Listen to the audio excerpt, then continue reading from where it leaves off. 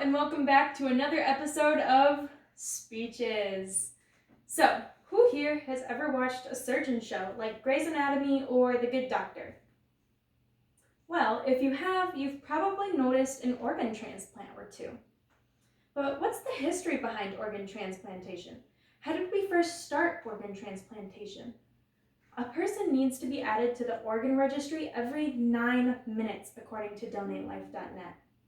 Not only that, but 17 people die each day waiting for an organ, and 85% of those people are in need of a kidney. According to UNOS.org, the US has the highest performing organ donation transplant system in the world.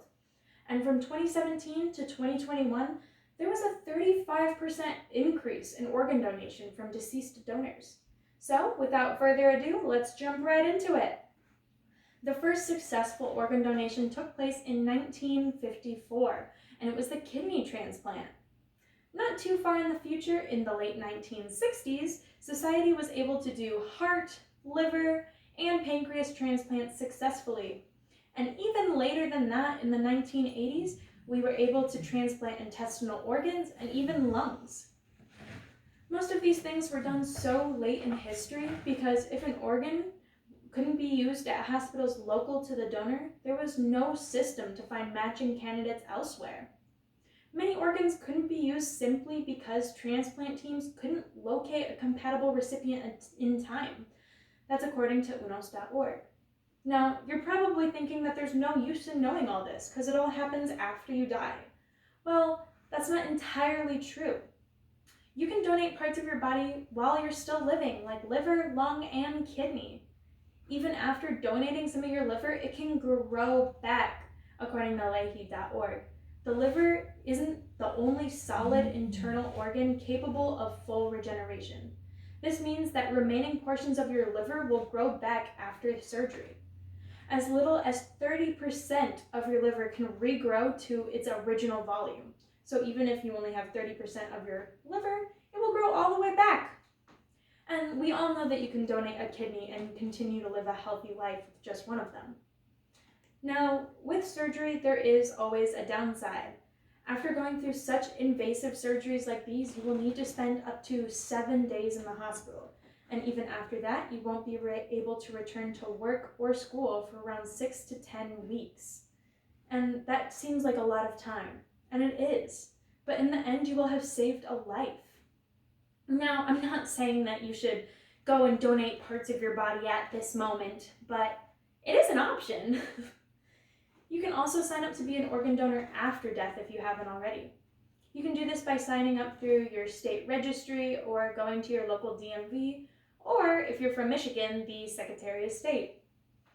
One of the many things that I hear from people about donation is funerals. But being an organ donor doesn't change anything about funerals. You can still have an open casket if that's what you wish. You won't look any different between having organs or not. According to healthexchange.sg, there is 9 different types of organ donation that can be used. The first is obviously the heart transplant and the others that I have mentioned above. But there's also a couple that some people don't know about.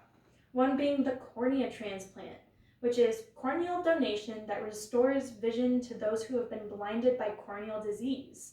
A damaged or cloudy cornea can be replaced surgically with a healthy and normal cornea.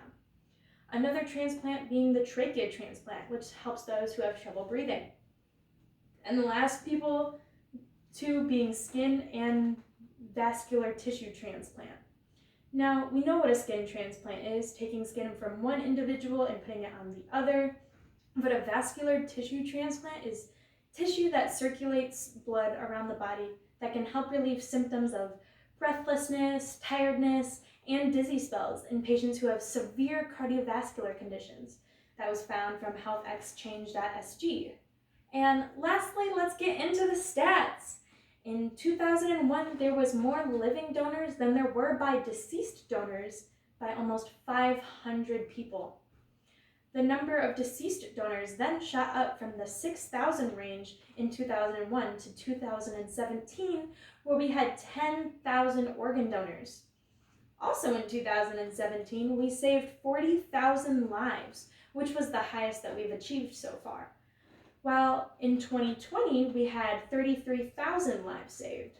This was all found on unos.org. So please, consider signing up for organ donation today. It never hurts and only helps. And that is the end of our episode.